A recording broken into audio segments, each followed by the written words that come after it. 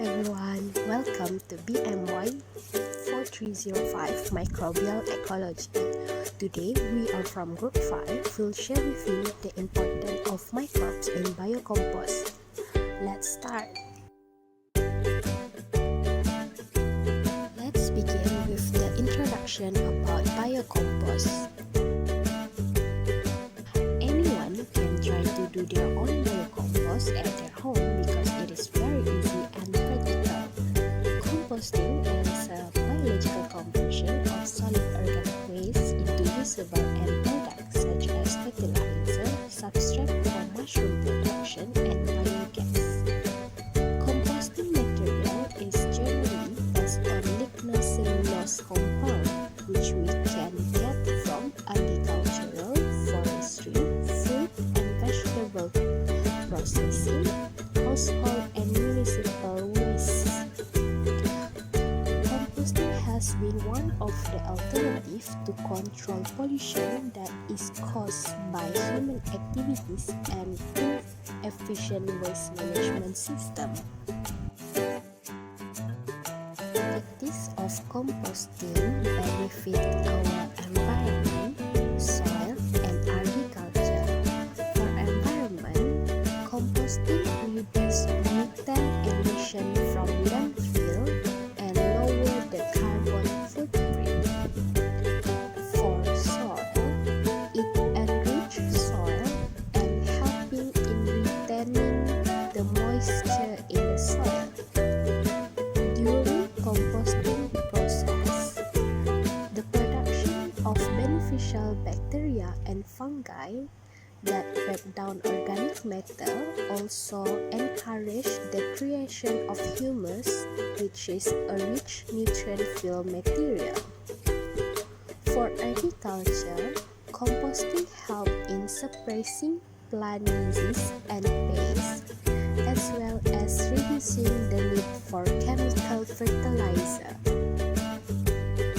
Microorganisms play a huge role in composting process. They help in metabolizing wood polysaccharide. They also help to produce an array of cellulolytic and hemicellulolytic activities, which contribute to the degradation of plant cell wall material.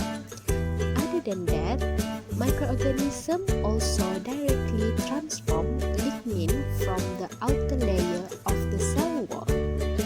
They also degrade synthetic lignin into carbon dioxide and water-soluble products. Next, let's take a look at the biocompost cycle. Ideal environment are vital for the microorganisms to assist the composting process. There are three main stages in composting cycle in which three different classes of microorganisms are used: psychrophiles, mesophiles, and thermophiles. First stage takes couple of days long, which mesophilic microorganisms at 20 to 45 Celsius physically breaking down the biodegradable compound. While in winter area, cool-loving psychrophilic bacteria will break organic matter. The heat produced as byproduct and raise the temperature over 40 Celsius. Second stage, the thermophilic microorganisms taken place as it has tolerance to high temperature. It lasts for several months. Thermophilic microbes break down the organic materials into finer pieces. Higher temperature makes it more effective in breaking down organic matter. However, the higher the temperature will eventually kill off the useful microbes. Some techniques such as aeration and turning of a compost pile helps to reduce and maintain the temperature at 65 Celsius, as well as supply oxygen to the microorganisms. At some point, the thermophilic microorganisms already finished use up all the compounds, hence the temperature drop. Mesophilic microorganisms return to control the compost pile and breaking down the remaining organic compound. Curing stage involve fungi and actinomycetes to share the workload. The longer the curing stage, the more diverse the microbial community, hence the healthier the soil. The compost pile will have the complete organization of living organisms called food web. Bacteria and fungi will help in breaking down the organic materials, while single-cell organisms like protozoa, small worms like nematodes, and mites feed on the bacteria and fungi. Millipedes, beetles, or sawbugs will feed on protozoa, mites, and nematode. These organisms will balance the process and population of the organisms, which will enhance the efficiency of the composting process. Let's take a look on the biocomposting planning. In this part, we will talk about material required and timeline of the biocompost project.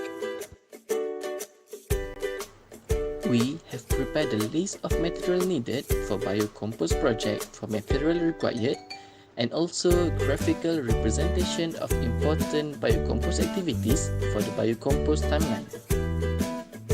There are 13 materials needed for these biocomposting activities. The first one is the activated growers yeast or Saccharomyces cerevisiae.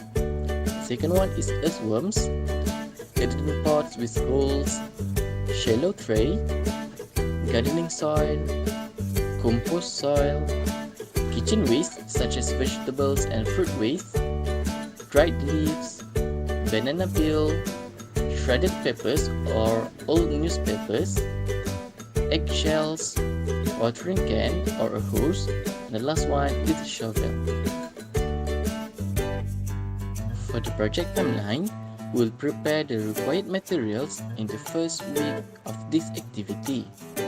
On the second week, we will start biocomposting.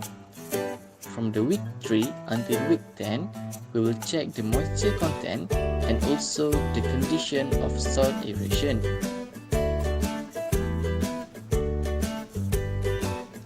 On week 3, week 5, week 7, and week 9, we will add up layer of biocompost material. This is to supply more bacteria and speed the composting process. Lastly, let's review the steps in biocomposting. Biocomposting steps. Step 1. Prepare a suitable compost site and container. Step 2. Gather materials. Step 3. Piling the materials. Step 4. Water compost heap. Step 5. Managing the compost heap. Step 6. Managing finished compost. Step 1. Prepare a suitable compost site and container. The containers that have holes are used as a composting container. The bottom of the container need to be drilled to allow air circulation for a better aeration. The container also need to place under the sun at an open area for aerobic decomposition. Step 2. Gather materials. Materials are gathered at the compost site. Step 3. Piling the materials.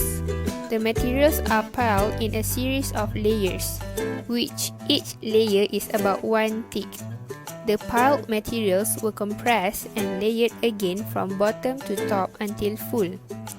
The first layer is the gardening soil, second, compost soil and earthworms, third, kitchen waste, fourth, banana peels, fifth, eggshells, sixth are dry leaves and shredded paper, and 7, activated yeast.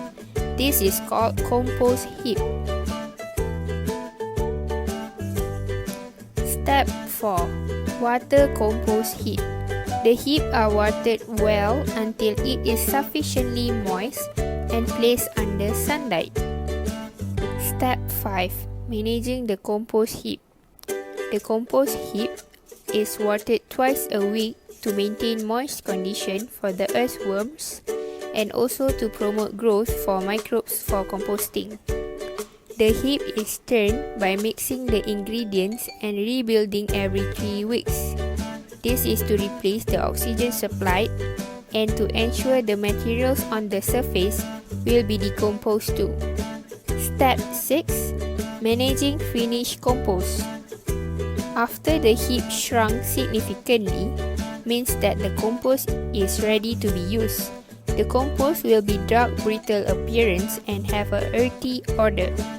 The compost was cured to allow complete degradation, and the finished compost sieve, which is to remove large materials and will be ready to be used as fertilizer.